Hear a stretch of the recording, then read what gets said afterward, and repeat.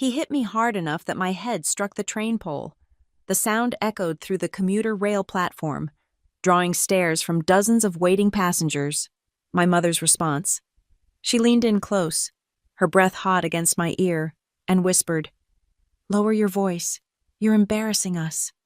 But what they didn't know, the conductor saw everything. He stood frozen by the ticket booth, his face a mask of controlled fury.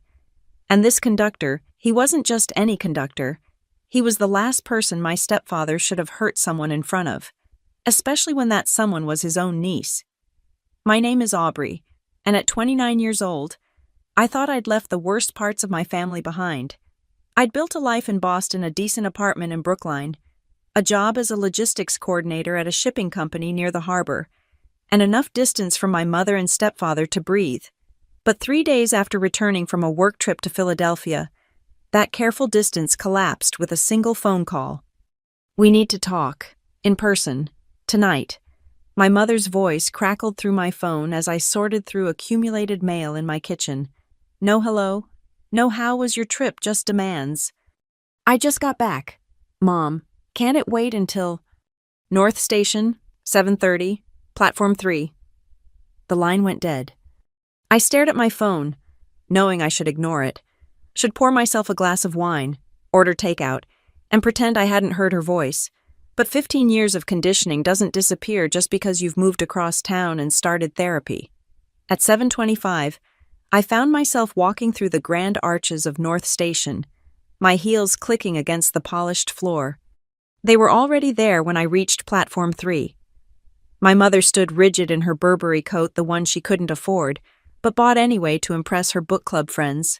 Beside her, Rick lounged against a pillar, his bulk making him look like a linebacker gone to seed. His Patriots cap was pulled low, but I could see his bloodshot eyes tracking my approach. "You're late," my mother said, though my phone showed 7:28. "I'm not late. What's this about?" Rick pushed off from the pillar, and I instinctively took a step back. Even after all these years, my body remembered. "Don't play dumb, princess. You know exactly why we're here." The platform was crowded with evening commuters, business people heading home to the suburbs, college students with backpacks, families corralling children, normal people living normal lives. I focused on them, using their presence as an anchor. "Actually, I don't. So either tell me or I'm leaving." My mother's lips pursed the same expression she'd worn when I was 16 and refused to give her my McDonald's paycheck. "We need $15,000. The number hung in the air between us, around us. A boarding announcement echoed through the station. The 7:35 to Fitchburg. 15,000, I repeated. "For what?" "That's family business," Rick cut in. "You don't need the details. You just need to help your mother." I almost laughed. Family business. As if we'd ever been a family. As if this man who'd invaded our lives when I was 12 had any right to use that word. "I don't have $15,000 lying around, even if I wanted to." "Don't lie." My mother's voice sharpened. "You have that promotion, that fancy apartment. You can afford to help your family." "I'm a logistics coordinator, not a CEO, and my apartment is a one-bedroom rental." Rick stepped closer, and I smelled the familiar cocktail of cigarettes and cheap beer. "You got savings, inheritance from your dad. Don't pretend you're poor." They wanted my father's money. The life insurance payout I'd protected for over 20 years. The only thing my mother hadn't been able to touch because he'd put it in a trust for my education. "That money's gone," I lied. "Student loans, living expenses." "Bullshit!" Rick's face flushed red. "Your mother needs this money. You're going to get it." "For what?" I pressed. "What's so important that you need $15,000 tonight?" My mother touched Rick's arm, a warning, but he shook her off, his voice rising. "I don't have to explain shit to you. You've been living high and mighty, looking down on us, forgetting where you came from. Your mother raised you, and this is how you repay her." Commuters were starting to stare. A young woman in scrubs glanced over with concern. A businessman pretended to check his phone while obviously eavesdropping. Near the ticket booth, A uniformed conductor had stopped mid-conversation with a passenger, his attention fixed on our growing confrontation. "I haven't forgotten anything," I said quietly. "I remember exactly how I was raised." It was the wrong thing to say. I saw Rick's hand move before my brain could process it, a blur of motion born from years of practice. His palm connected with my cheek with a crack that seemed to echo off the station's vaulted ceiling. The force spun me sideways, and my temple struck the metal platform pole. Stars exploded across my vision. I tasted copper. The platform tilted, and I grabbed the pole to keep from falling. Through the ringing in my ears, I heard gasps from the crowd. Someone saying, "Oh my God!" A child asking what happened. My mother leaned in close, her fingers digging into my arm. "Lower your voice," she hissed. "You're embarrassing us." I touched my face. My hand came away with blood from where my lip had split against my teeth. Around us, some commuters had frozen in shock. Others hurried past, unwilling to get involved. The businessman had his phone out recording or calling 911, I couldn't tell. But it was the conductor I noticed most. He'd abandoned his position entirely, striding across the platform with purpose. His face was a professional mask, but his hands were clenched into fists at his sides. Something about his gait seemed familiar, triggering a memory I couldn't quite grasp. "We're done here," Rick announced, grabbing my mother's elbow. "You got until Friday to get the money. Don't make me come looking for you." They left me standing there, blood dripping onto my white blouse, surrounded by strangers who didn't know whether to help or pretend they'd seen nothing. The platform announcement system crackled to life. The 7:35 train to Fitchburg is now boarding on track 3. I watched my mother's Burberry coat disappear into the crowd, never once looking back. She'd gotten what she came for, not money, but a reminder that I was still that scared teenager in their house, still someone they could hurt when they wanted something. The conductor appeared at my elbow, producing a packet of tissues from his pocket. "Miss, are you all right? Should I call the police?" I accepted the tissues, pressing them to my split lip. When I looked up to thank him, our eyes met, and that nagging familiarity crystallized into recognition. But it couldn't be. He was older now, silver threading through hair that had once been dark, lines carved around eyes I'd last seen 17 years ago. He wore a name tag that read Nathan, but I knew that face. "I'm fine," I lied, the same lie I'd told 100 times before. It was just a misunderstanding. He studied me for a long moment, and I saw the exact second he recognized me too. His professional mask slipped, revealing something raw underneath. "Aubrey." I nodded, unable to speak. He glanced around the platform, then back at me. "I saw everything, every bit of it." He pressed something into my hand, a business card. "When you're ready to stop calling it a misunderstanding, you call me. We have a lot to talk about." The train pulled in with a squeal of brakes and a blast of diesel fumes. Nathan or Ben, or whoever he was, now returned to his duties, helping passengers board. I stood there, holding his card and a bloody tissue, watching him work. It wasn't until I was back in my apartment, door locked and dead-bolted, that I looked at the card properly. Nathan Morrison, senior conductor, but it was the handwritten note on the back that made my hands shake. "I remember who you are, and I remember what they did to you. It's time someone helped. Ben." The business card sat on my kitchen counter for 3 days before I found the courage to flip it over again. Ben, Uncle Ben, after 17 years, he'd been right there on that platform, watching Rick hit me the same way he'd watched it happen when I was young. I poured myself coffee and let the memory surface, something my therapist said was healthy, though it never felt that way. My father died when I was 6, heart attack at 38, leaving behind a small life insurance policy and a house my mother couldn't afford. She sold the house within 6 months, moved us to a cramped apartment in Revere, and started dating with the desperation of someone who'd never learned to be alone. Rick appeared when I was 12. I remember the first time I met him, how he'd filled our doorway with his bulk, bringing the smell of motor oil and menthol cigarettes into our home. My mother had giggled like a teenager. wearing a dress I'd never seen before, her lipstick too bright. "Aubrey, this is Rick. He's going to be eating dinner with us tonight." He never left. Within 3 months, he'd moved in. Within 6, he'd established the rules. No talking back, no attitude, no mentioning the empty beer cans that accumulated like monuments to his presence, and absolutely no complaining to anyone outside the family. "What happens in this house stays in this house," my mother would say, usually while covering a bruise with concealer. People wouldn't understand. The first time Rick raised his hand to me, I was 14. I'd forgotten to wash his truck, one of my assigned chores that had somehow become my responsibility. He didn't hit me that time, just grabbed my wrist hard enough to leave marks and held it over the kitchen stove's lit burner. "You forget again, and we'll see how well you can do chores with bandages." My mother had been in the next room. She must have heard my gasp, seen the marks later. Her response, "You need to be more careful. Rick works hard. He deserves respect." Uncle Ben visited 2 weeks later, for what would be the last time. My father's brother.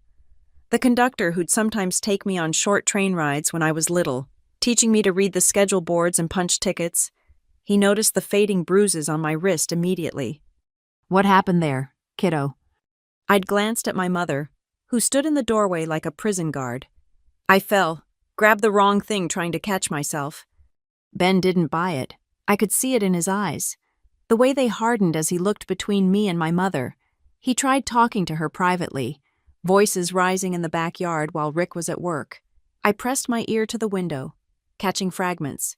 Not safe, needs help, obligation to protect. My mother's response was ice cold. "You have no idea what it's like being a single mother. Don't you dare judge me. Rick is good to us. Aubrey's just clumsy, always has been." Ben left that day and never came back. My mother told people he'd shown his true colors, that he was jealous of her happiness, trying to break up our family. She cut off contact with my father's entire side of the family, claiming they were toxic influences. I was alone. The worst incident happened when I was 16. I'd saved money from my part-time job at McDonald's to buy a used laptop for school. When Rick found out I had secret money, he exploded. I made the mistake of standing my ground, telling him it was mine, that I'd earned it. The push sent me backwards down the basement stairs. 13 steps. I counted them on the way down, my body hitting each one. The concussion kept me out of school for a week. The official story, I'd tripped carrying laundry. "Aubrey's always been accident-prone," my mother told the school counselor who called to check. "She tries to do too much at once." The counselor must have had suspicions because she asked to speak with me directly, but with my mother hovering nearby. What could I say? I stuck to the story, hating myself for the lie, but hating my mother more for making it necessary. I learned to be invisible, straight A's, but not so perfect that I drew attention. Part-time job, but always turning over half my paycheck to help with household expenses. College applications hidden like contraband. Essays written at the public library. When I got into Boston University with a partial scholarship, my mother acted like I'd betrayed her. "After everything I've sacrificed for you," she'd sobbed, "you're just going to abandon us." Rick was more direct. "You think you're better than us? Think college makes you special? You'll come crawling back when you realize what the real world's like." But I didn't crawl back. I worked 3 jobs, lived on ramen and determination, and graduated with a degree in supply chain management. Every holiday, every birthday, every guilt trip phone call, I held my ground. I'd escaped. Or so I thought. Now, sitting in my kitchen with Uncle Ben's card in my hand, I realized I'd never really escaped at all. I'd just learned to manage the distance, like keeping a wild animal at arm's length, but they still had their claws in me, still knew exactly which buttons to push to make me show up on that platform. The trust fund my father left, the one thing my mother couldn't touch, sat in my investment account, grown from $50,000 to nearly $200,000. Through careful management and compound interest, it was my safety net, my fuck you money, my promise to myself that I'd never be trapped again. And now they wanted it. My phone buzzed, a text from my mother. "Friday, Aubrey, Don't make this harder than it needs to be. I deleted it without responding and picked up Ben's card again. 17 years ago. He'd tried to help and been shut out. But I wasn't 14 anymore. I wasn't trapped in their house, dependent on their approval or afraid of their retaliation. Well, not as afraid. My reflection in the kitchen window showed the bruise blooming across my cheek, purple and green like a sick watercolor painting. My split lip had scabbed over, but it pulled whenever I tried to smile. These marks would fade, just like all the others had. But maybe this time, I wouldn't let them fade into nothing. Maybe this time, I'd stop protecting the people who'd never protected me. I picked up my phone and dialed the number on the card. It rang 3 times before a familiar voice answered. Nathan Morrison.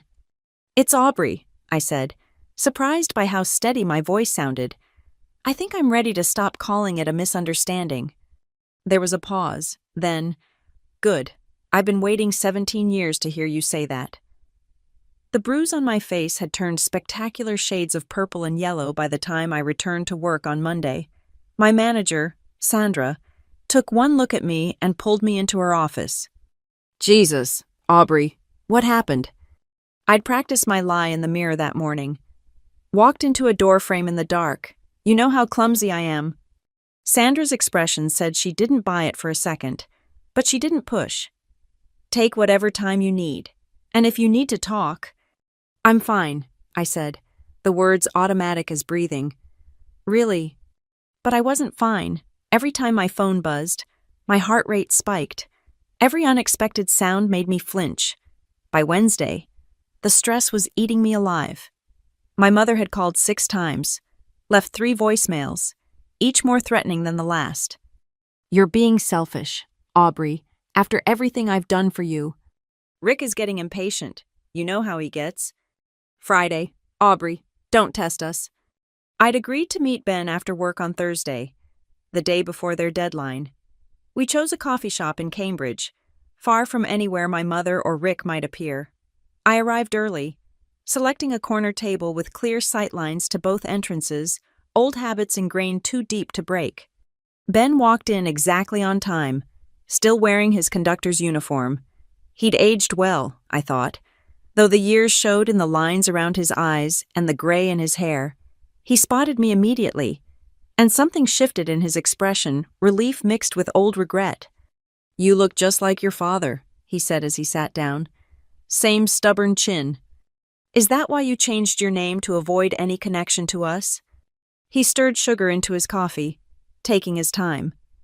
I changed it because your mother threatened to file a restraining order if I tried to contact you again, said I was harassing her family, making false accusations. Nathan Morrison could work for the MBTA without triggering any alerts. Ben Walker couldn't. You've been here all along working the trains. 15 years, started on the freight lines, worked my way up to passenger service. I kept hoping I'd see you someday, that you'd gotten out. He paused. When I saw you on that platform, when I saw him hit you, it was like being transported back 17 years. I touched my face unconsciously. The bruise was fading, but the memory wouldn't. Tell me about Friday, Ben said. What happens if you don't give them the money? Rick happens, I said simply. He'll show up at my work, my apartment. He'll make scenes until I'm too embarrassed to refuse, or worse. Or worse, Ben repeated. Aubrey, you know this isn't about money, right? It's never been about money. I knew. Of course I knew. It was about control, about reminding me that I'd never really be free of them, that no matter how far I ran or how much I accomplished, I was still that scared teenager in their house. My mother texted me this morning, I said, pulling out my phone. Want to see? The message was typical Mom. Don't make me choose between you and Rick. You know I'll choose him. I always have. Ben read it twice, his jaw tightening. She actually put that in writing. She's not subtle, never has been. This is evidence, Aubrey, documentation. Has she sent others like this? I scrolled through my phone, showing him the greatest hits, the guilt trips, the threats, the casual cruelty wrapped in maternal concern. I'd saved them all, though I couldn't say why. Maybe some part of me always knew this day would come. What about the incident at the station? Ben asked. You said people were recording. I don't know. Maybe. There were witnesses. But I shrugged. You know how it is. People don't want to get involved. I'm involved, Ben said firmly. I've got 17 years of regret for not pushing harder when you were a kid. I'm not making that mistake again. He reached into his bag and pulled out a folder. I've been doing some research since Monday. Did you know Rick has 2 restraining orders from previous relationships, both for domestic violence? I stared at the papers he spread on the table. Police reports, court documents, a mugshot from 2002 that my mother must have paid to make disappear. How did you... I've got a friend in the Boston PD. Another one in the courthouse. 17 years is a long time to build connections. He pointed to one document. This is from his ex-wife. Says he broke her orbital bone. Sound familiar? My hand went to my cheekbone, remembering other impacts, other threats. There's more, Ben continued. Your mother's been using your social security number, credit cards, utility accounts. My friend ran a check you've got accounts you don't even know about. The coffee shop suddenly felt too small, too public. She wouldn't. She would, and she did. It's all here. Identity theft, fraud, assault. This isn't just about getting rid of them. Aubrey, this is about protecting yourself from what they've already done. I felt something crack inside me. Some last wall of denial crumbling. They weren't just toxic, they were criminal. And I'd been enabling them with my silence. What do I do? The question came out smaller than I'd intended. First, you don't give them any money on Friday. Not a cent. Second, we file a police report about the assault. I'm a witness, and there's video from the station cameras I already checked. Third, we get you a lawyer and start unwinding the financial mess. They'll come after me. Let them try, Ben said. You've got resources now. You've got me. You've got evidence. You're not 14 anymore. Kiddo. Kiddo. The nickname unlocked something in my chest. A grief I'd been carrying for 17 years. This was what family was supposed to be, someone who showed up, who fought for you, who didn't make excuses for the people hurting you. Why, I asked, why do all this for me now? Ben's eyes went distant. Your father was my best friend, not just my brother. When he died, I promised I'd look out for you. I failed. Your mother shut me out, and I let her because it was easier than fighting. I told myself you'd be okay, that I was overreacting. He met my gaze again. I've regretted that every day since. This is my chance to keep my promise, even if it's 17 years late. My phone buzzed. Another text from my mother. Rick's asking about his money. Don't disappoint us. His money, I said, showing Ben. It's already his in her mind. Good. Let her keep thinking that. The more confident they are, the sloppier they'll be. He gathered the papers back into the folder and slid it across to me. Take these home. Read everything. Call me with any questions. And Aubrey, whatever happens Friday, you don't face it alone. I left the coffee shop feeling something I hadn't experienced in years. Hope. Not the fragile kind I'd nursed through college, always waiting for the other shoe to drop. This was different, solid, backed by evidence and allies, and the strange, powerful feeling of finally saying enough. That night, I went through the folder page by page. Each document was another nail in the coffin of my mother's fiction, the loving parent, the sacrificing mother, the victim of an ungrateful daughter. The truth was uglier but somehow cleaner. She was a criminal who'd chosen her abusive husband over her daughter's safety, who'd stolen from me even as she demanded more. Friday morning arrived gray and drizzling, fitting weather for what felt like a funeral. I dressed carefully, professional blazer, minimal makeup that didn't hide the fading bruise. If they wanted to see what they'd done, let them see it. My phone rang at 9 a.m. sharp. My mother's voice was honey-sweet, the tone she used when she wanted something.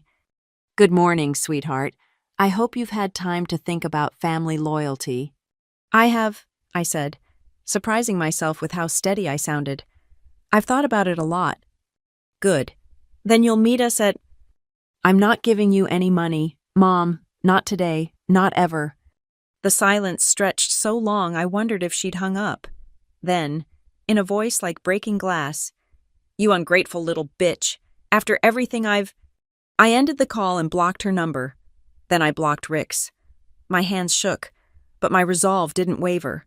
17 years of conditioning screamed that I was making a mistake, that family was everything, that I owed them my silence if not my compliance. But Ben was right. I wasn't 14 anymore. And this time, I wouldn't be silent. The call came at 10:47 p.m., just as I was getting ready for bed. Unknown number, against my better judgment. I answered. "Aubrey, it's Ben. I'm at Mass General. Your mother's here." My stomach dropped. What happened? "Car accident. She's okay, minor injuries, but she's been asking for you. The thing is," he paused, "she's alone. Rick never showed up." I sat down on my bed, processing this. "Why are you there?" "I've been keeping tabs on them since our coffee meeting. When I heard the call come over the emergency scanner, I came to see if you needed support." "Aubrey. She's telling the nurses that her daughter abandoned her, that she has no one." The old guilt tried to surface, but I pushed it down. "That's her choice. Ben, she chose Rick. She said so herself." "I know, but I thought you should know. Also," another pause, "the police want to talk to her. Apparently, there was alcohol involved, and she wasn't driving her own car." The pieces clicked. She was driving Rick's truck. Rental car, actually, in his name, which is interesting, considering he reported it stolen 3 hours ago. I stood up, pacing my small bedroom. "He's setting her up." "Looks like it. The rentals, the credit fraud in your name. I'm betting it was all her doing, but under his direction, now that you won't pay, he's cutting her loose."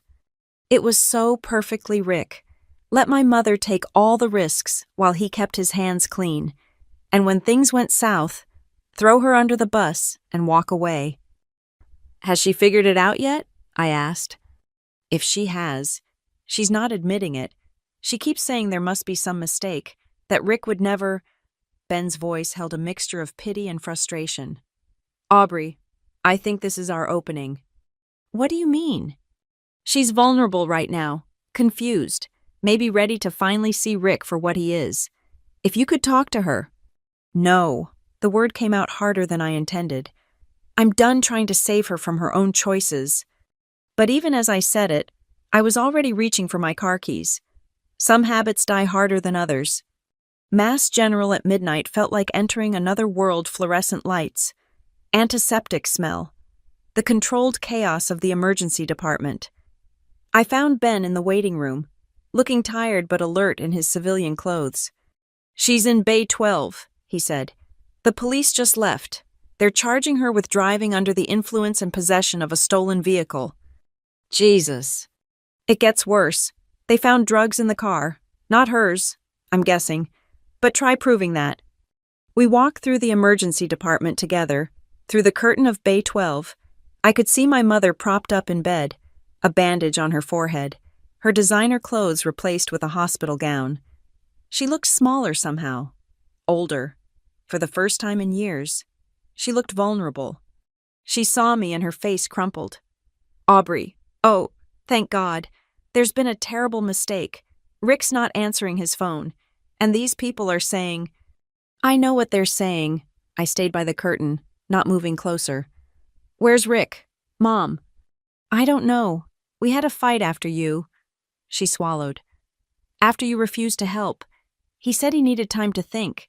He left me at a hotel and said he'd be back." Ben pulled out his phone, showing me something he'd found. Rick's Facebook status from 2 hours ago. "Sometimes you gotta cut the dead weight and move on. Phoenix, here I come."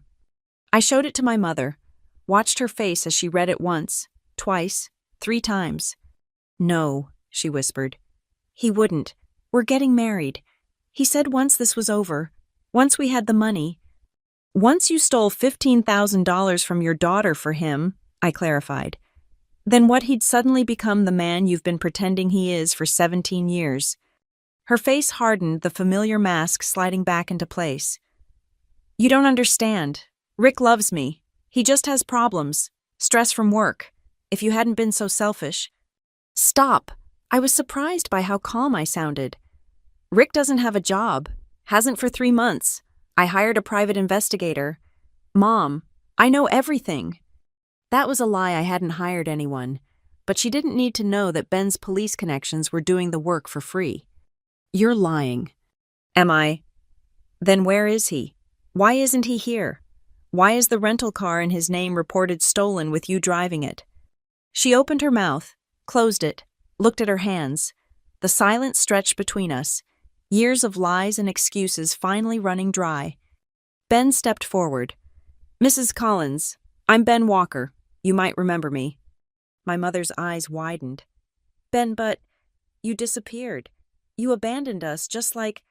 I was threatened with legal action if I tried to contact my niece again, Ben said evenly. You made sure of that. Just like you made sure Aubrey had no one to turn to when Rick was hurting her. He never... Stop. My voice cut through her denial. Just stop. I have the medical records. Mom, the emergency room visits, the school reports, the photographs Uncle Ben took when he tried to help. We have everything. She looked between us, and I saw the moment she realized we weren't bluffing. But instead of remorse, her face twisted with rage. You set me up, both of you. You wanted this to happen. No, Mom, Rick set you up. We just refused to be victims anymore. A nurse appeared, checking my mother's IV. The police will be back in the morning, she said gently. You'll need to arrange bail. Is there someone you can call? My mother looked at me, desperate now. Aubrey, please, I'm your mother. Whatever's happened, whatever mistakes I've made, you can't let them arrest me. I thought about all the times she'd stood by while Rick hurt me, all the times she'd chosen him over my safety, all the lies she'd told to keep her fantasy intact. You're right, I said. You are my mother, and a mother's job is to protect her child. You failed. Aubrey. The trust fund Dad left me, I still have it. All of it. Plus 20 years of growth. I could pay your bail. Hire you a lawyer. Make this go away. I moved closer, meeting her eyes. But I won't, because you taught me something important. Family isn't about blood. It's about who shows up when you need them. I turned to Ben. Uncle Ben showed up, 17 years late, but he showed up. You've been here my whole life and never once showed up for me. I did my best. The words exploded out of her. You have no idea what it was like. Being a single mother, Rick was good to me. He provided for us. With what money? Mom, the jobs he didn't have, or the credit cards he opened in my name. Her face went white. I don't know what you're talking about. Ben pulled out a folder he'd come prepared. 7 credit cards, 3 utility accounts, 2 car loans, all in Aubrey's name, all opened in the last 5 years. Your signature on the applications. Rick said. He said it would help build your credit. Rick said, I laughed, but there was no humor in it. Did Rick say to steal from your daughter? Or was that your own idea? She didn't answer, couldn't answer. The truth was written all over her face. Here's what's going to happen, I said, surprised by how steady my voice was. You're going to face the charges: DUI, stolen vehicle, identity theft, fraud. You're going to tell the truth about Rick, where he is, what he's done, everything, and then you're going to leave me alone, forever. You can't do this to me. I'm your mother. You're right. You are my mother, and that's why this hurts so much. I pulled out my phone, showing her the screens I'd captured. 2 restraining orders against Rick, police reports from his ex-wife, hospital records from when I was 14, 16, 17. You knew, you always knew, and you chose him anyway. The fight went out of her then, like air from a punctured balloon. She sank back against the pillows, looking every one of her 53 years. He said he loved me, she whispered. He said we were a family. We were never a family, Mom. We were his victims. The only difference is, I got out. I turned to leave, but her voice stopped me. What am I supposed to do now? I looked back at the woman who'd given birth to me, but had never really been my mother. The same thing I did when I was 18. Figure it out on your own. Outside the hospital, the night air felt clean and sharp. Ben walked me to my car, neither of us speaking until we reached it. "You did good, kiddo," he said finally. "Your dad would be proud." Would he? I leaned against my car, suddenly exhausted. "I just put my mother in jail." "No. Rick put her in jail. She put herself in jail. You just stopped enabling them." He squeezed my shoulder. "It's going to be hard for a while. The guilt, the second guessing. But you did the right thing." I knew he was right, but knowing and feeling were two different things. As I drove home through the empty streets, I thought about the 18-year-old girl who'd left home with nothing but determination and a need to survive. She'd built a life, career, identity, all while carrying the weight of her past like invisible chains. Tonight, I'd finally set down that weight. It didn't feel like freedom yet. It felt like grief. But maybe that was the first step. The detective's name was Maria Santos, and she had the kind of eyes that had seen too much, but still held compassion. We sat in a small interview room at the police station, the fluorescent lights harsh against the beige walls. Ben sat beside me, a steady presence I was still getting used to having. "Your mother is cooperating," Detective Santos said, sliding a folder across the table. "She's provided quite a bit of information about Rick Morrison, whose real name, by the way, is Richard Morse." I shouldn't have been surprised that even his name was a lie, but somehow I was. "He's got warrants in Arizona and Nevada," she continued. "Fraud, assault, domestic violence. Your mother was his latest mark, though I suspect you already knew that." "I knew he was dangerous," I said. "I didn't know the extent." Santos opened the folder, revealing photographs, police reports, court documents, a trail of broken women across 3 states, each one thinking they'd found love, each one left devastated financially, emotionally, physically. "This one," Santos pointed to a photograph of a woman with a black eye, "is from 2018. Phoenix. She owned a small business, had good credit. Within a year of meeting Richard, she was bankrupt and in the hospital."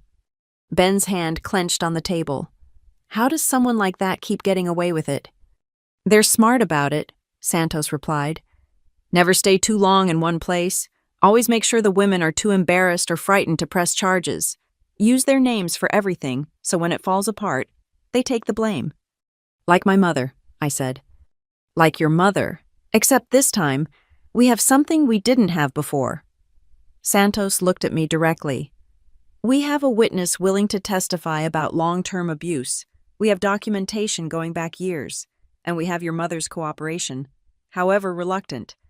I thought about my mother in her cell, finally facing the truth about the man she'd chosen over her own daughter. Part of me felt vindicated.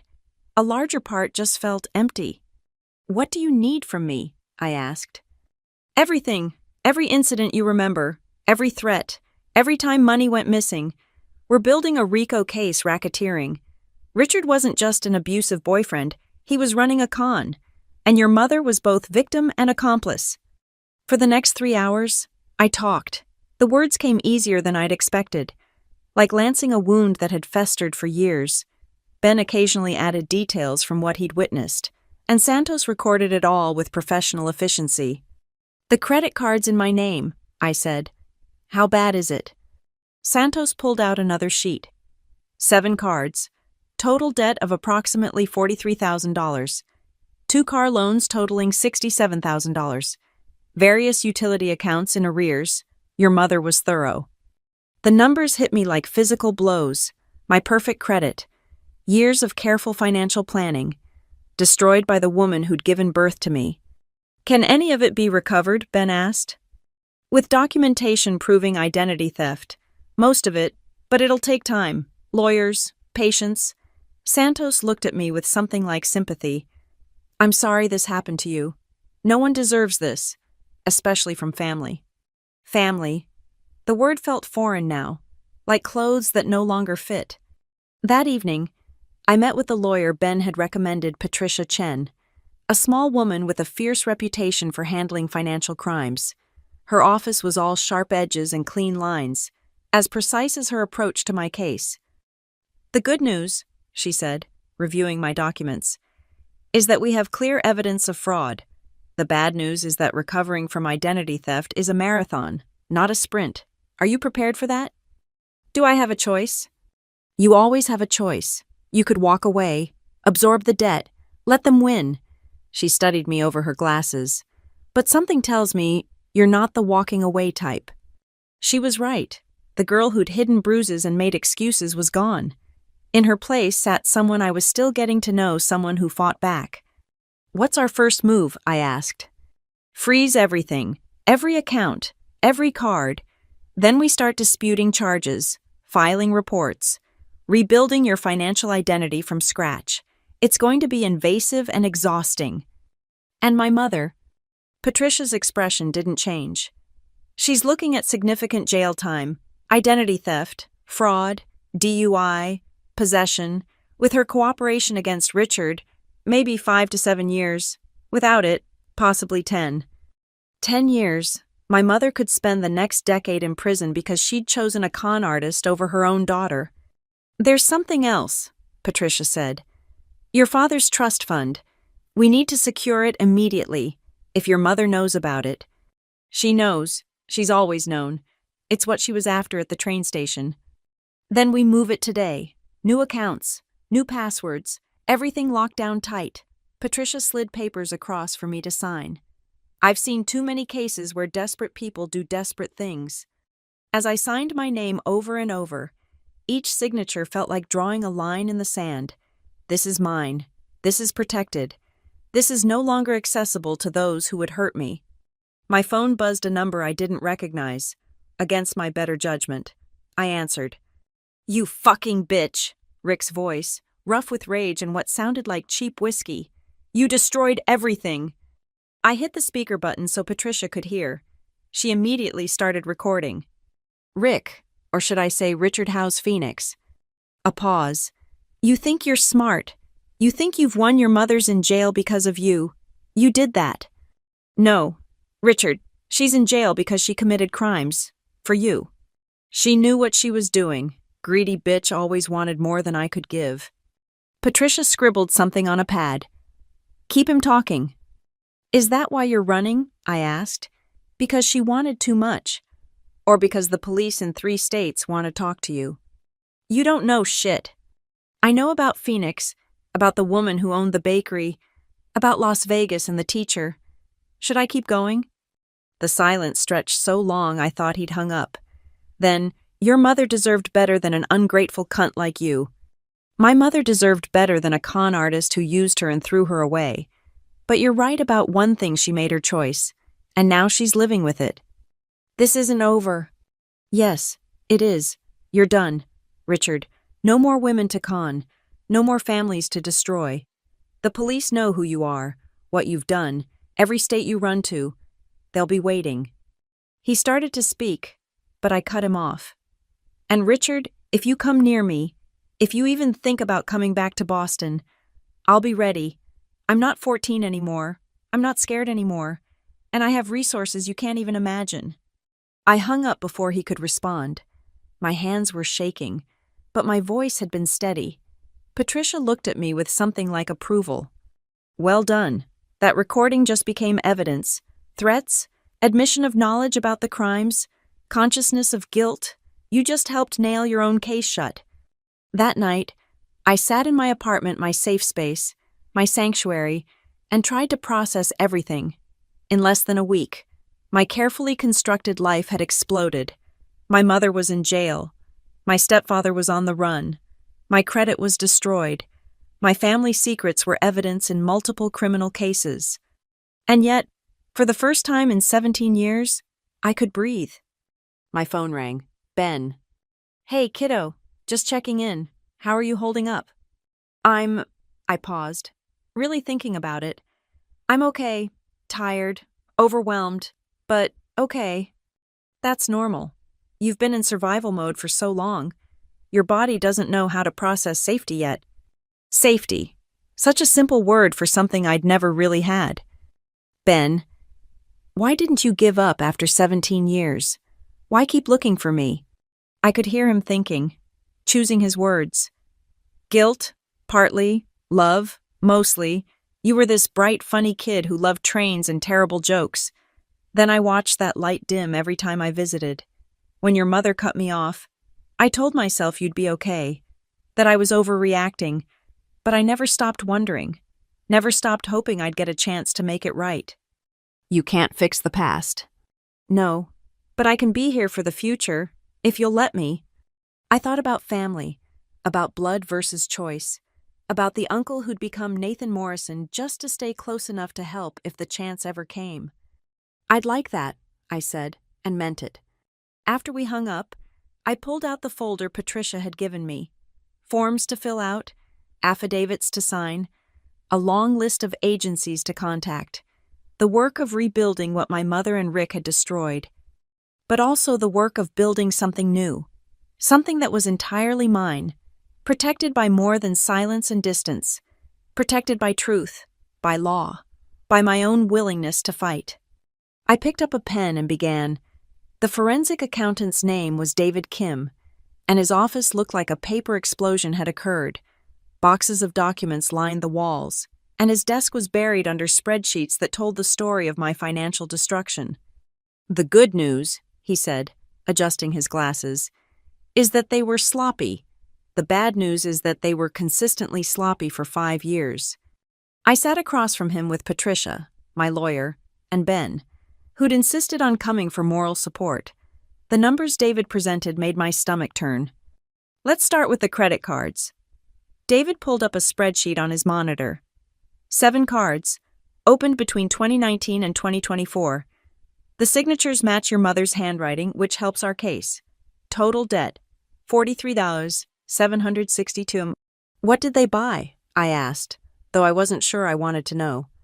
Gambling websites, mostly, online poker, sports betting, casino sites, also luxury items, electronics, jewelry, designer clothes, several cash advances, probably to feed Rick's gambling offline. Each transaction was another betrayal. While I'd been eating ramen to save money, they'd been spending thousands in my name. The car loans are more complex, David continued. 2 vehicles, both purchased from the same dealership. The sales manager there has a reputation for working with people like Rick. No verification calls. Rushed paperwork. Let me guess, Ben said. Both cars are gone. Sold within months of purchase, cash deals, no paper trail. The loans, however, remain. Patricia took notes rapidly. That's actually good for us. Shows pattern of fraud, not legitimate purchases. Continue. David pulled up another screen. Here's where it gets interesting. Your mother didn't just steal your identity. She created an entire false financial life for you. Utility accounts at addresses you've never lived. Medical debt from procedures you never had. Even a gym membership in Scottsdale, Arizona. Arizona. I thought of Rick fleeing to Phoenix. When? Last year, around the time Rick was establishing himself there, preparing for his next move. David looked at me with sympathy. Your mother wasn't just his victim, Ms. Collins. She was his partner. The words hit harder than any physical blow. I'd maintained some small illusion that my mother had been manipulated, controlled, forced into these crimes. But the evidence showed planning, intention, collaboration. There's more, David said gently. We found applications for business loans, 3 of them, all rejected, but all using your information. They were trying to get bigger money. The trust fund, I realized. When the loans didn't work, they came for the trust fund. Exactly. Your refusal saved you from much worse. If they'd gotten that $15,000, it would have been gone in days, and they'd have come back for more. Patricia leaned forward. David, what's our recovery timeline? With full cooperation from authorities and clear evidence of fraud, 6 months to a year for the credit cards. The car loans will take longer. We'll need to prove you never had possession of the vehicles. The medical debt should be easiest to dispute. And my credit score? David winced. Currently 423 with work. We can get it back to respectable within 2 years. Good within 3? I'd spent a decade building perfect credit. They'd destroyed it in 5 years. I need some air, I said, standing abruptly. Outside David's office building, Boston's financial district hummed with lunch-hour energy. Men and women in suits hurried past, living their normal lives with their intact credit scores and mothers who didn't steal from them. Ben found me on a bench, staring at nothing. "It's a lot," he said simply. "She was supposed to protect me." The words came out raw. "That's the basic contract, isn't it? Parents protect their children. How do you betray that so completely?" "I don't know, kiddo. I've asked myself that for 17 years. Your mom. Something broke in her when your dad died. Or maybe it was always broken, and his death just revealed it." "Did he know, Dad? What she was capable of?" Ben considered this. Tom loved her, but he wasn't blind. Why do you think he put your trust fund in such an ironclad structure? He knew she'd need protection from her own impulses. "He protected my money, but not me. He died. Aubrey, that wasn't a choice he made. I knew he was right, but the anger needed somewhere to go. All these years of stored-up rage, and now that I could finally express it, I didn't know how." My phone buzzed. Patricia. "Come back up. There's been a development." Back in David's office, Detective Santos was waiting with a laptop open. "Richard Morse was arrested this morning in Tucson," she announced. "Routine traffic stop. He had outstanding warrants, fake ID, and something else interesting, a notebook." She turned the laptop toward us. On screen were photographs of handwritten pages. Rick's crude scrawl documenting his cons, names, dates, amounts, and there, on page after page, S. Collins, with dollar amounts, account numbers, schemes. "S. Collins?" I asked. "Susan Collins, your mother. These are his records of their partnership, what she brought in, what he paid her, what they planned next." Santos pointed to one entry. "This one's dated a week before the train station incident. S. To get $15K from A, split 70-30. 70% for Rick, 30 for my mother. She was going to betray me for $4,500. "This notebook is a gift," Patricia said, her professional mask not quite hiding her satisfaction. "It corroborates everything, shows clear criminal partnership. Your mother can't claim coercion or ignorance anymore." "Has she seen it?" I asked. "She will. Her public defender gets the evidence this afternoon." Santos studied me. "Are you prepared for that? She'll know you know everything." Was I prepared? I thought about the 18-year-old girl who'd left home with nothing, the 25-year-old who still flinched at unexpected sounds, the 29-year-old sitting in this office surrounded by evidence of her mother's crimes. "I've been preparing for this my whole life," I said. "I just didn't know it." That evening, I sat in my apartment with Ben. Chinese takeout containers spread between us on the coffee table. He'd started coming by regularly, these quiet dinners becoming an unexpected comfort. "Tell me about my dad," I said suddenly. "The real stuff, not the sanitized memories." Ben smiled. "Tom was brilliant but scattered. He'd start 5 projects, finish maybe 2. Drove your mom crazy. Actually, she was always the organized one, the planner." He paused. "Maybe that's why she fell for Rick's schemes. She'd always been the one making plans. Just not good ones." "No, not good ones." He picked at his low mane. "Tom worried about you. You know, even when you were tiny. He'd say you were too sensitive for this world, that you felt things too deeply." He was right. He was wrong. That sensitivity. It's what saved you. You knew something was wrong in that house. You protected yourself the only way you could by leaving, by building boundaries. A less sensitive kid might have been destroyed. I thought about that, about the ways trauma could forge strength or shatter it entirely, about the thin line between survival and destruction. My phone rang. Unknown number, but local. I almost didn't answer. Then did. "Aubrey. This is Grace Morrison from Sunrise Behavioral Health. I'm calling about your mother." My chest tightened. "Is she okay?" She's asking for you. She's been placed on suicide watch, and she's requesting contact. Now, you're under no obligation." "Mental health check," I cut in. She received some difficult news today regarding her case. She's safe, being monitored, but she's quite distressed. She gave us your number as her emergency contact. I looked at Ben, who'd heard enough to understand.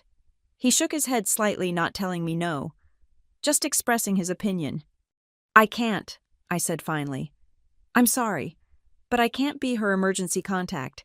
She has a public defender who can help arrange appropriate support. I understand. If you change your mind. I won't. I hung up and set the phone aside, my hands surprisingly steady.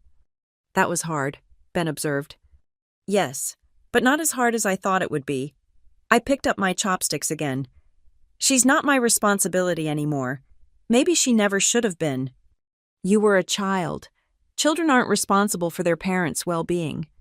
Tell that to every kid with an alcoholic parent, an abusive parent, a mentally ill parent. We all think we can save them if we're just good enough, quiet enough, perfect enough. But we can't. No, we can't. Later that night, I pulled out my laptop and began making lists. New bank accounts to open, credit monitoring services to install, security measures to implement. The work of rebuilding felt overwhelming, but also strangely liberating. Every form filled out, every account secured, was another brick in the wall between my new life and my old one. I thought about my mother in her cell, under constant supervision, finally confronting the weight of her own actions. A part of me felt the pull of guilt, tempted to question my choice to stay away. But Patricia had cautioned me about moments like this. Abusers often escalate when they lose control, she'd said. Suicide threats, medical emergencies, sudden revelations of love, all tactics to pull you back in. Stay strong. I was trying, but strength, I was learning, wasn't the absence of doubt. It was continuing forward despite it. My phone buzzed with a text from an unknown number. I almost deleted it, then saw the preview. This is Susan Collins. Against every instinct, I opened it. This is Susan Collins using the counselor's phone. They let me send one message. I'm sorry. For everything. Rick's notebook showed me what I became. I chose him over you every time, and now I've lost everything. You deserved better. Don't come see me. Build your life. Be happy. That's all I want now. I read it 3 times, looking for the manipulation, the guilt trip, the hook. But maybe, just maybe, it was simply the truth. Too little, too late, but still the truth. I deleted the message and blocked the number. Tomorrow, I'd continue the work of rebuilding. Tonight, I'd simply be grateful for Chinese food, an uncle who'd waited 17 years to help, and the strange, painful freedom of finally letting go. 3 weeks passed in a blur of legal documents, police interviews, and the mundane work of untangling my life from my mother's crimes. I'd established a new routine: mornings at Patricia's office, afternoons at work trying to maintain normalcy, evenings with David Kim tracking down every fraudulent account. Then the call came on a Tuesday morning. Aubrey, this is Patricia. Are you sitting down? My stomach clenched. What now? It's not bad news. Well, not exactly. Your mother wants to make a deal. Full cooperation against Rick in exchange for reduced sentences, but there's a condition. Of course there is. She wants to transfer the deed to your childhood home to you, the house in Revere. Apparently, she never sold it. I nearly dropped my coffee. That's impossible. She told me she sold it when I was 7. We moved because she couldn't afford it. She lied. She's been renting it out for 22 years, collecting income you never knew about. It's worth approximately $400,000 in today's market.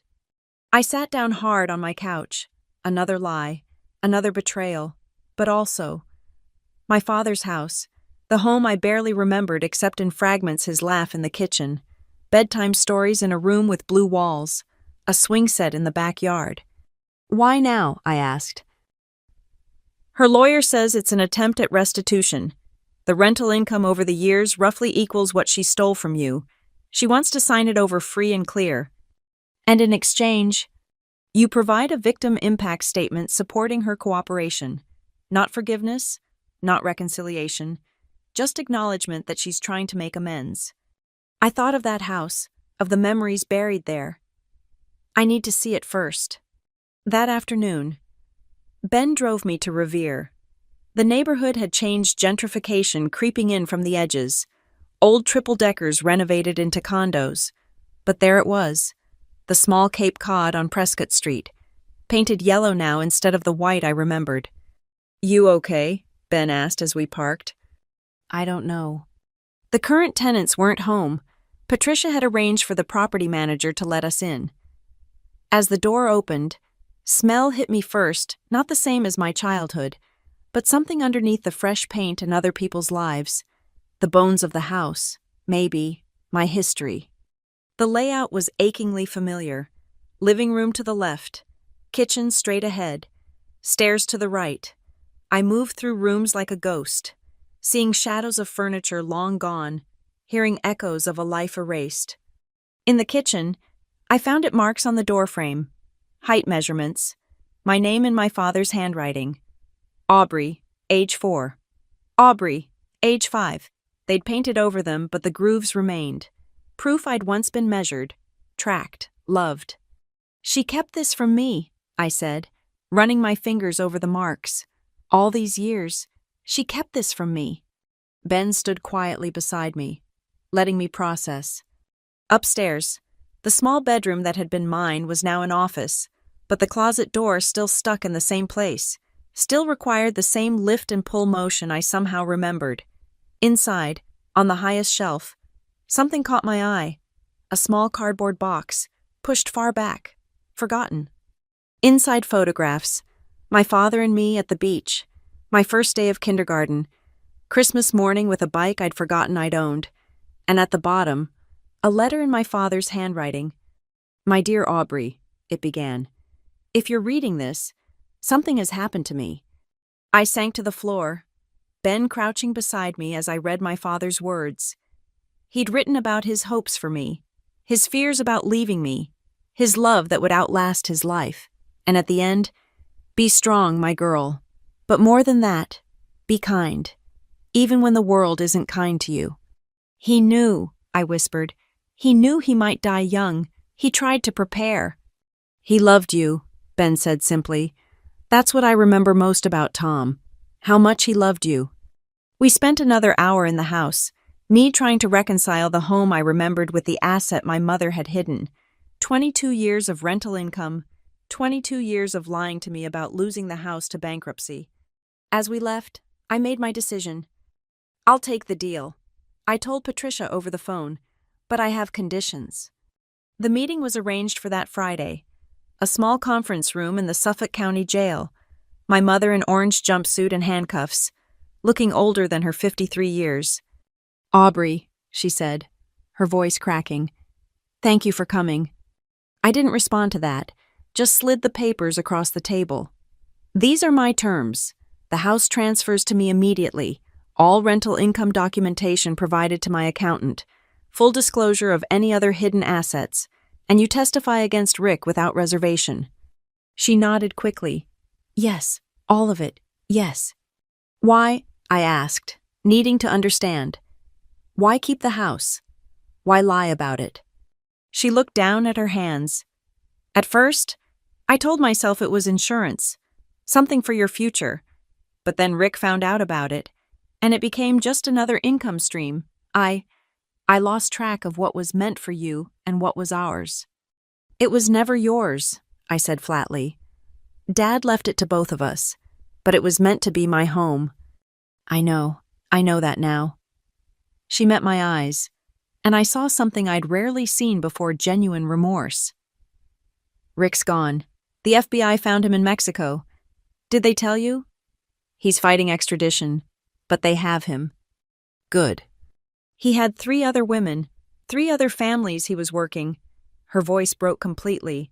"I wasn't special. I was just the one who lasted longest, who gave him the most."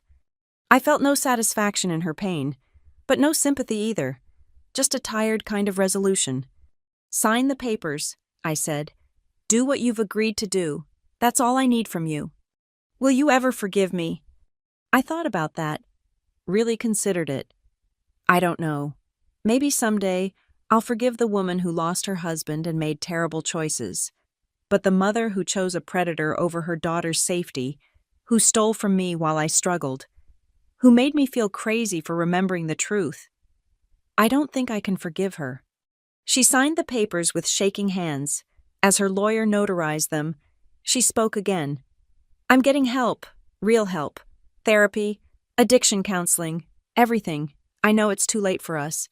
But maybe, I agreed. Focus on yourself. Figure out who you are without a man to define you. That's all you can do now. I stood to leave, but she called out. The swing set, in the backyard. Tom built it for your 4th birthday. It might still be there. I nodded and left without looking back.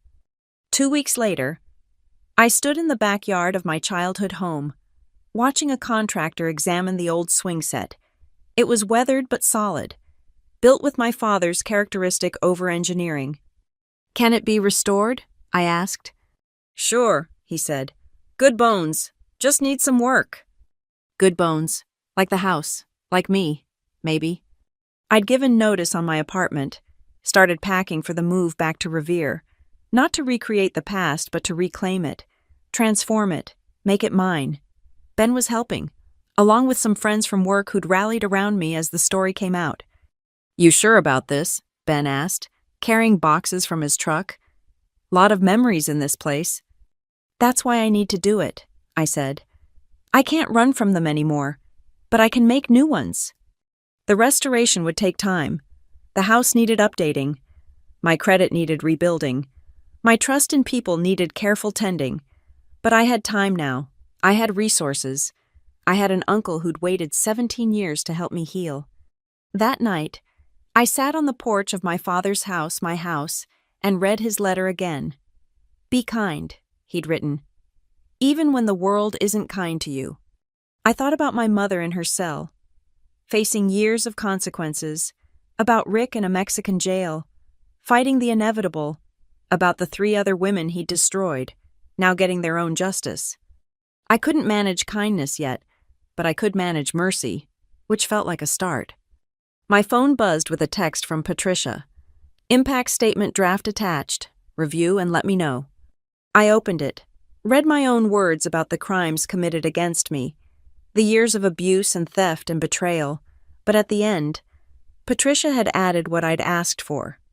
Susan Collins' cooperation has been essential to stopping Richard Morse from harming others. While I cannot forgive the choices she made, I recognize her efforts to prevent others from suffering as I did.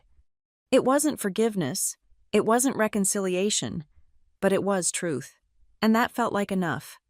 I signed the statement and sent it back, then sat in the gathering darkness of my reclaimed home. Tomorrow, contractors would start the renovation.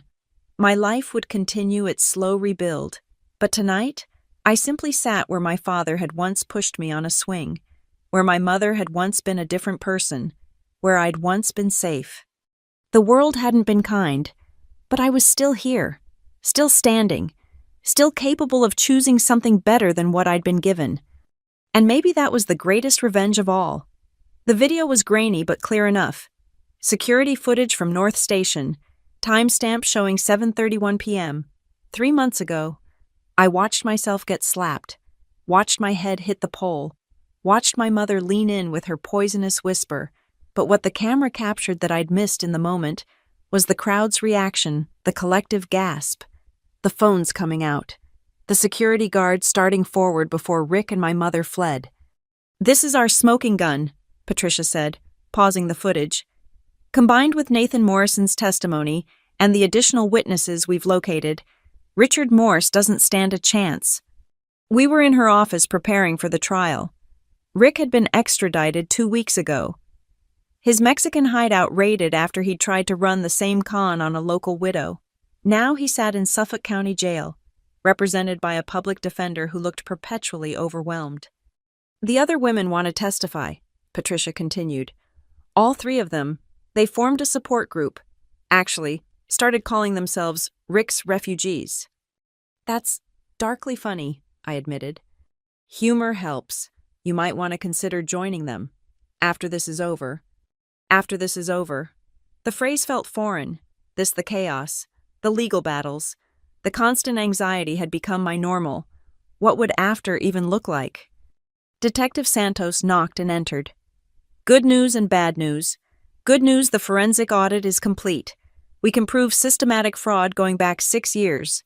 Bad news, Richard's lawyer is trying to pin everything on your mother. Of course he is, I muttered. It won't work, Patricia said firmly.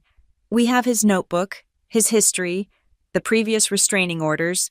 Plus, your mother's been remarkably thorough in her cooperation. She's provided recordings, texts, emails. Apparently she'd been documenting things too, as insurance. Insurance, I repeated. She knew he might turn on her. Criminals rarely trust each other, Santos observed. Your mother may have been manipulated, but she wasn't stupid, just selectively blind. I thought about that as I drove home to Revere.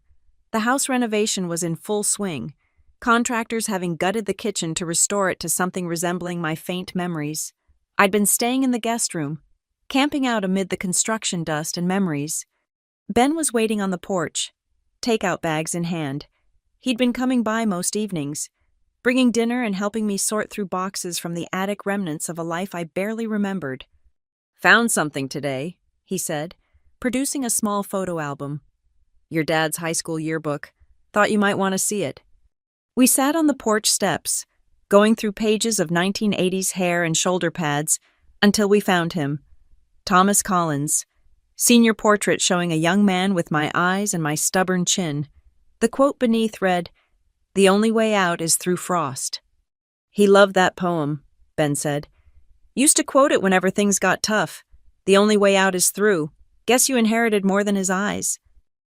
Did he ever talk about Mom back then? Ben considered. He said she was brilliant but fragile, that she needed someone steady, and he wanted to be that for her. I think he saw saving her as his purpose. And when he died, she found Rick to save her instead. People repeat patterns, Ben said gently, until they don't. My phone rang. Patricia. Aubrey, I just got word. Richard wants to make a deal. Full confession in exchange for concurrent sentences instead of consecutive. He's looking at 15 to 20 instead of 40. No, I said immediately. He doesn't get to negotiate his way out of this. I understand your anger, but think about it. A trial means testifying, reliving everything in public. It means your mother on the stand, every ugly detail exposed. A plea deal ends it cleanly. I looked at the yearbook photo of my father. Frozen in time before life got complicated. What would he want me to do? I'll think about it, I said finally. That night, I couldn't sleep. The house felt too full of ghosts, not frightening ones, just sad echoes of what might have been. At 3 a.m., I gave up and went to the kitchen, making tea in the half-demolished space. The box of papers from the attic sat on the counter. I'd been avoiding it, knowing it contained the detritus of my parents' marriage. But now, in the pre-dawn quiet, I opened it. Marriage certificate, death certificate, insurance papers, and then, at the bottom, a bundle of letters tied with ribbon, my mother's handwriting on envelope after envelope, all addressed to my father, all dated after his death. I shouldn't have read them. They weren't meant for me, but I did. Dear Tom, the first one began. Aubrey asked why you're not coming home today. I didn't know how to explain death to a 6-year-old. Letter after letter, a one-sided conversation with a dead man. Her grief was raw, desperate, evolving slowly into the bitter anger I knew so well. By the last letter, dated just before Rick appeared, she wrote, I can't do this alone anymore.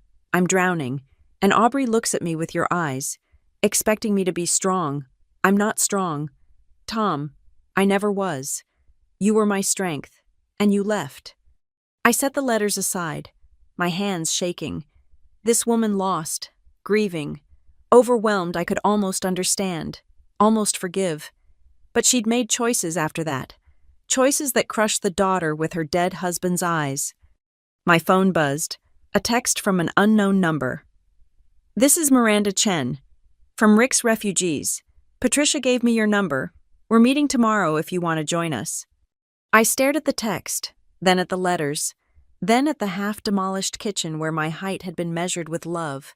The only way out is through. Yes, I texted back. I'll be there. The next evening, I walked into a community center in Somerville, following signs to Conference Room B. 4 women sat around a table, coffee and cookies between them like armor against hard truths.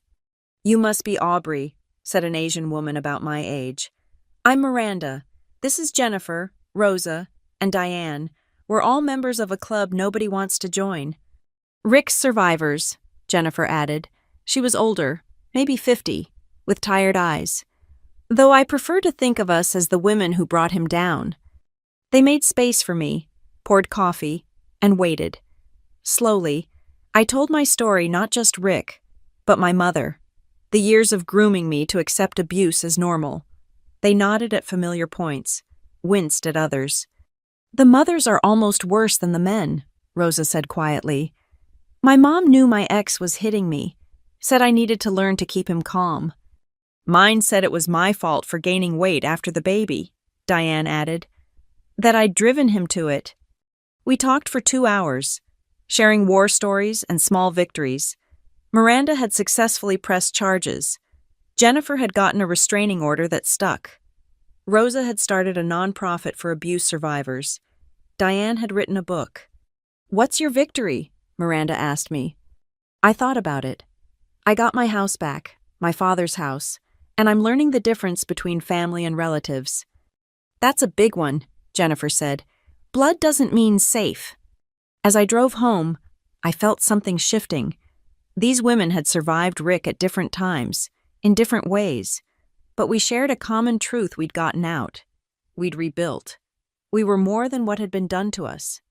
At home, I found Ben waiting again, this time with a bottle of wine and 2 glasses. Thought you might need this, he said. How was the group?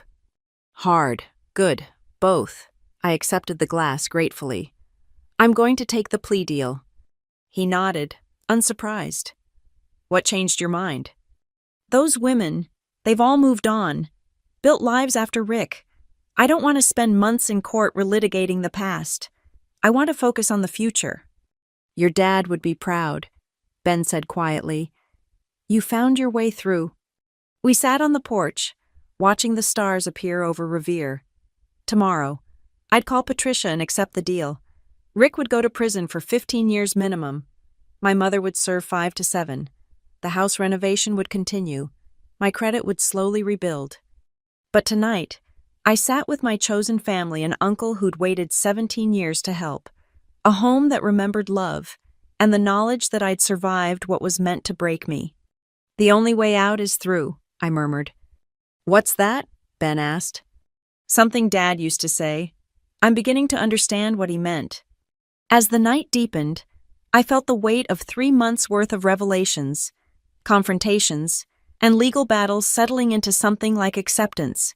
Not forgiveness that might never come, not forgetting the scars were too deep, but acceptance that this was my story, messy and painful, and ultimately mine to write. Inside, the kitchen waited for its rebirth.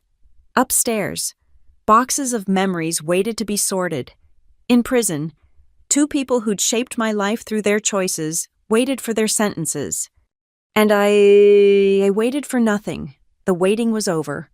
The real work, the building of a life free from their shadows, had already begun. The courtroom was smaller than I'd imagined. No dramatic gallery, no imposing judge's bench like on TV, just a functional room where lives were dissected and justice was portioned out in years and months. I sat in the witness section with Ben, Patricia on my other side, across the aisle. Rick sat in an orange jumpsuit, looking smaller than I remembered. Prison had deflated him somehow, revealed the pathetic core beneath the bluster. His public defender, a young man who looked fresh from law school, shuffled papers nervously. My mother wasn't here. She'd already been sentenced 2 weeks ago, 6 years with possibility of parole in 4, contingent on continued cooperation. I hadn't attended her hearing. All rise, the bailiff called, the Honorable Judge Margaret Walsh presiding. Judge Walsh was in her 60s, with silver hair and eyes that had seen too much. She reviewed the plea agreement while the courtroom held its breath. Mr. Morse, she began, you've agreed to plead guilty to 14 counts of fraud, 3 counts of identity theft, 4 counts of domestic violence, and 1 count of assault and battery. Is this correct? Yes, Your Honor. His voice was smaller, too, stripped of its usual arrogance. And you understand that by accepting this plea, you waive your right to trial. Yes. Patricia had prepared me for this moment, but hearing him admit guilt still hit differently than I'd expected. All those years of gaslighting, of being told I was dramatic, oversensitive, lying, and here he was, finally admitting the truth. I'd like to hear from the victims, Judge Walsh said. Ms. Collins. I stood on legs that felt disconnected from my body. The victim impact statement was in my hand, carefully prepared, but when I reached the podium, I set it aside. Your Honor, I began, surprised by how steady my voice sounded. I was 12 when Richard Morse entered my life. I was 29 when I finally found the courage to hold him accountable. That's 17 years of my life shaped by his violence, his manipulations, his greed. I looked at Rick then, really looked at him. He stared at the table, unable to meet my eyes. But I'm not here to talk about what he took from me. I'm here to talk about what he failed to take. He didn't take my ability to build a life despite him. He didn't take my capacity to trust good people like my Uncle Ben. He didn't take my father's house, though he tried, and he didn't take my future. Judge Walsh nodded for me to continue. Richard Morse is a professional predator. He targets vulnerable women, isolates them, drains them financially and emotionally, then moves on. My mother was one victim. Jennifer Martinez was another.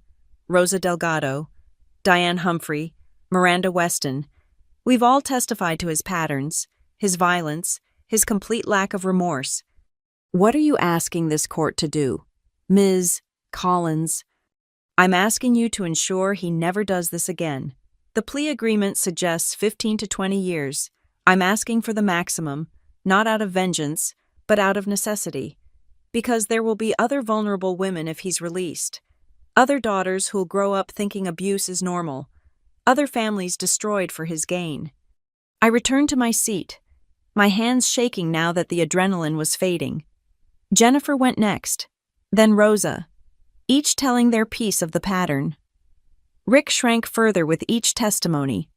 His lawyer made a brief statement about rehabilitation, about his client's difficult childhood, about the possibility of change. It rang hollow in the face of 4 women's truth. Judge Walsh took a recess to consider. We waited in the hallway. The Rick's refugees group huddled together like war veterans. You did good, Miranda whispered. Really good. When court reconvened, Judge Walsh's expression was granite. Mr. Morse, I've reviewed your history. 2 prior convictions for domestic violence, multiple restraining orders, a clear pattern of targeting vulnerable women for financial and emotional exploitation. You've shown no remorse except for being caught. She paused, looking directly at him. The plea agreement suggests 15 to 20 years. I'm sentencing you to 20 years with no possibility of early release. You will serve this time in full. You will pay restitution to all victims. You will have no contact with any of the victims or their families upon release. The gavel fell with finality. Rick finally looked up then, his face contorting with rage. He turned toward me, mouth opening, but the bailiffs were already moving. Whatever poison he wanted to spew died unspoken as they hauled him away. It's over, Patricia said quietly. It's really over. But it wasn't, not quite. 3 hours later, I stood in a different courtroom for a different kind of proceeding. This time, I was the plaintiff, not the victim. Patricia stood beside me as we faced a judge about the civil matters, the identity theft, the fraud, the systematic destruction of my financial life. Your Honor, Patricia began, we're seeking full restitution for all fraudulent debts incurred in my client's name, plus damages for credit destruction and emotional distress. The evidence was overwhelming. David Kim testified about the extent of the financial crimes. Bank representatives confirmed the fraudulent accounts. Credit agencies detailed the damage to my score and the long road to recovery. "Ms. Collins," the judge asked, "what would make you whole in this situation?" I thought about it. I don't think anything can undo 17 years of abuse, but having my debts cleared, my credit restored, and the ability to move forward without this financial burden, that would be a start. The judgment was swift and complete. All fraudulent debts discharged. Restitution ordered from both Rick and my mother's future assets. A legal declaration that I was a victim of identity theft, clearing the way for credit repair. Outside the courthouse, Boston's autumn air felt crisp and clean. Ben waited by his car, a small smile on his face. "Hungry?" he asked. "I know a place that serves victory pancakes." Victory pancakes. It's like regular pancakes, but sweeter. We drove to a small diner in East Boston, the kind of place where the coffee was strong and the waitress called everyone "hun" over pancakes and bacon. We didn't talk about the trial or the verdict. Instead, Ben told stories about my father, the time he'd tried to build a treehouse and ended up hanging upside down from a branch, the way he'd sung off-key in the shower, his terrible jokes that made everyone groan. "He would have been proud today," Ben said finally. "The way you stood up there, spoke your truth, that took real courage." "I don't feel courageous. I feel tired." "That's what courage feels like, kiddo. Exhausted but still standing." My phone buzzed with texts from the Rick's Refugees group, photos from the courthouse steps, messages of support, plans for a celebration dinner next week. These women who'd been strangers 3 months ago now felt like sisters in survival. That evening, I returned to my father's house, to find the kitchen renovation complete.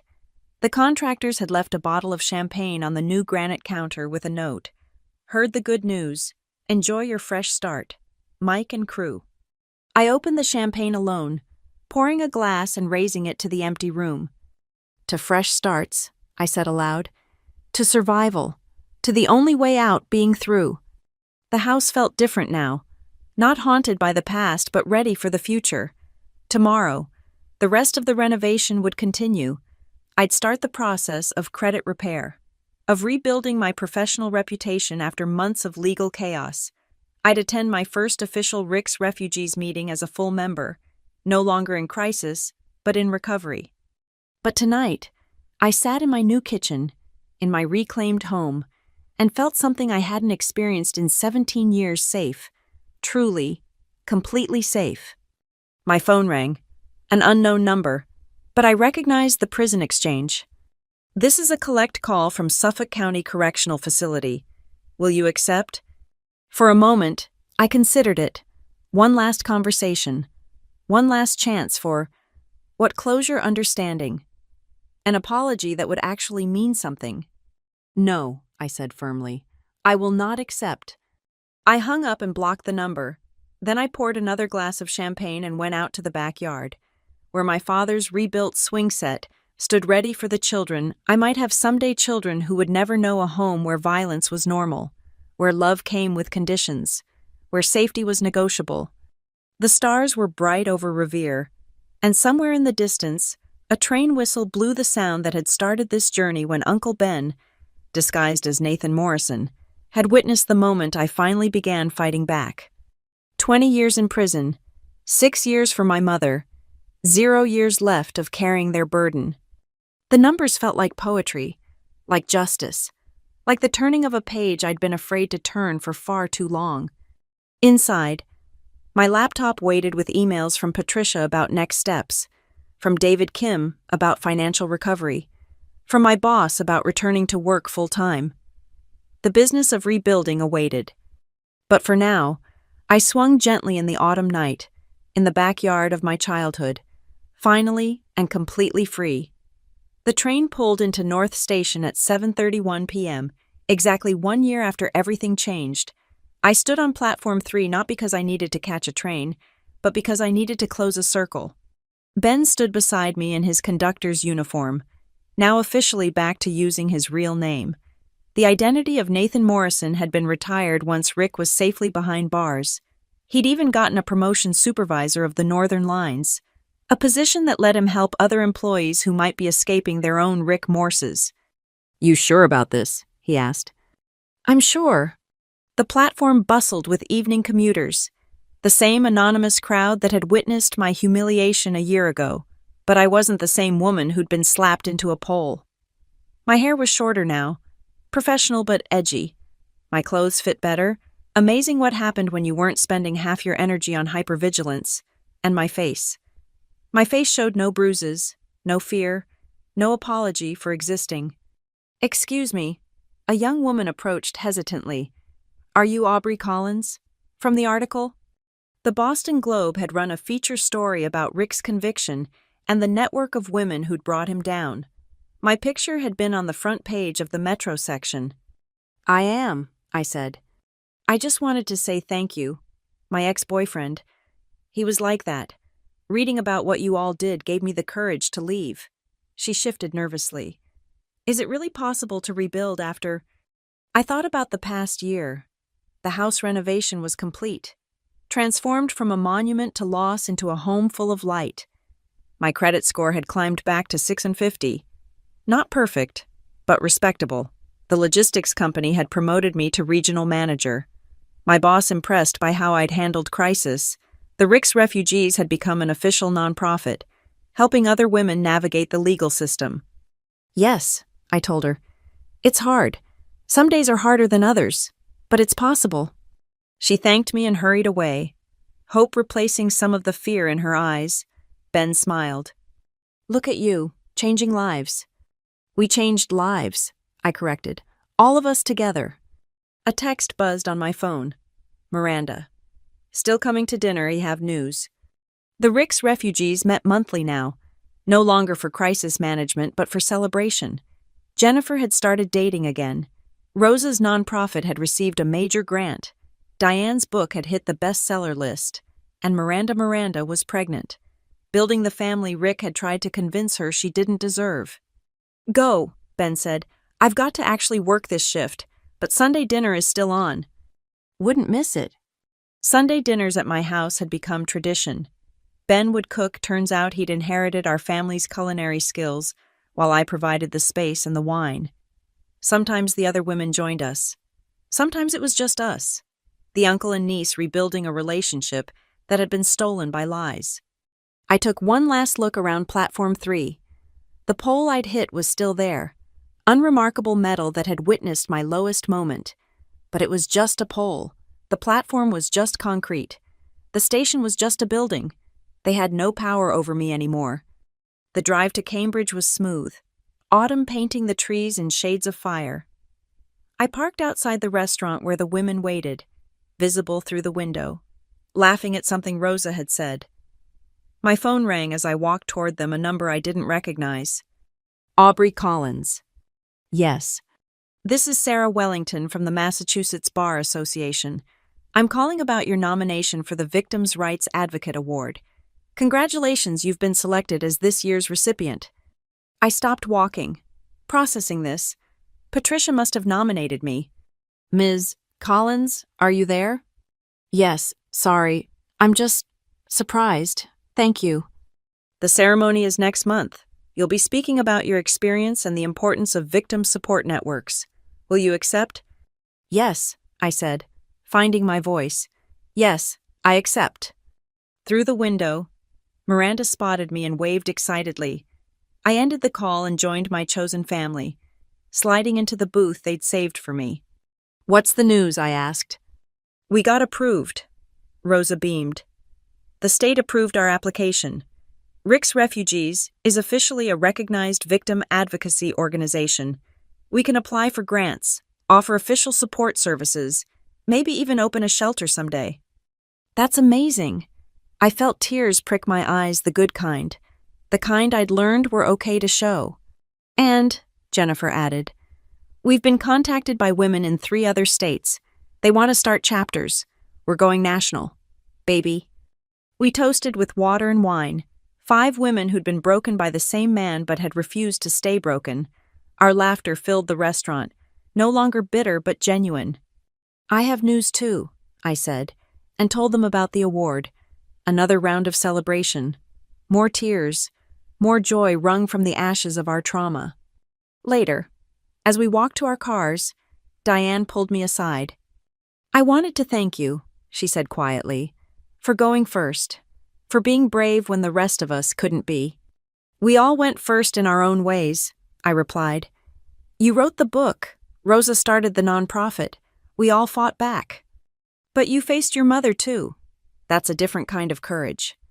I thought about my mother, serving her sentence upstate. She wrote me letters I didn't open. Sent them anyway. Maybe someday I'd read them. Maybe someday I'd even visit, but not yet. Not until I was sure I could face her without losing the self I'd fought so hard to reclaim. That night, I sat in my father's study, my study now preparing notes for the award speech. How did you summarize a journey from victim to survivor to advocate? How did you explain that the breaking had also been a breaking open? My laptop dinged with an email. The subject line made me freeze. "From Susan Collins, please read." Not a letter this time, but an email sent through the prison's monitored system. Against every instinct, I opened it. "Aubrey, I know you don't read my letters. I don't blame you. But I wanted you to know I testified in another case today. Another woman Rick hurt. Because of what I said. She'll get justice. It doesn't undo what I did to you. Nothing can. But maybe it helps balance the scales a little. I'm getting help here. Real help. Learning who I am without a man defining me. Like you said, I hope someday you can forgive me. But if you can't, I understand. I love you. I've always loved you. I just forgot how to show it properly. Mom." I closed the email, sat with it for a while. Then I opened a new document and began writing my speech. "The only way out is through," I typed. My father taught me that, though I didn't understand it until I was forced to live it. When we're trapped in abuse, we think there are only two options: endure or escape. But there's a third way through the fear, through the legal system, through the pain of confronting those who hurt us, through the long work of rebuilding. The words flowed, truth distilled from pain into something useful, something that might help others find their own way through. Outside, a train whistle blew in the distance, but it no longer sounded like a warning or an ending. Now it sounded like what it had always been: a machine carrying people from where they were to where they needed to be. I was already where I needed to be. Home, safe, surrounded by chosen family, building a life that honored both the girl who'd been hurt and the woman who'd survived. The speech could wait until tomorrow, tonight. I opened a bottle of wine, put on music, and danced alone in my kitchen. Not because I was celebrating anything specific, but because I could. Because joy was a choice I got to make now. Because the train had left the station, and I wasn't on it. I was home. Thank you for listening to my story. I'd love to know where you're listening from. Please leave a comment and share your thoughts. If this story resonated with you, please subscribe to the channel and hit the like button. And if you want more people to hear this story, please hit the hype button to help it reach those who might need to hear it. Your support means everything.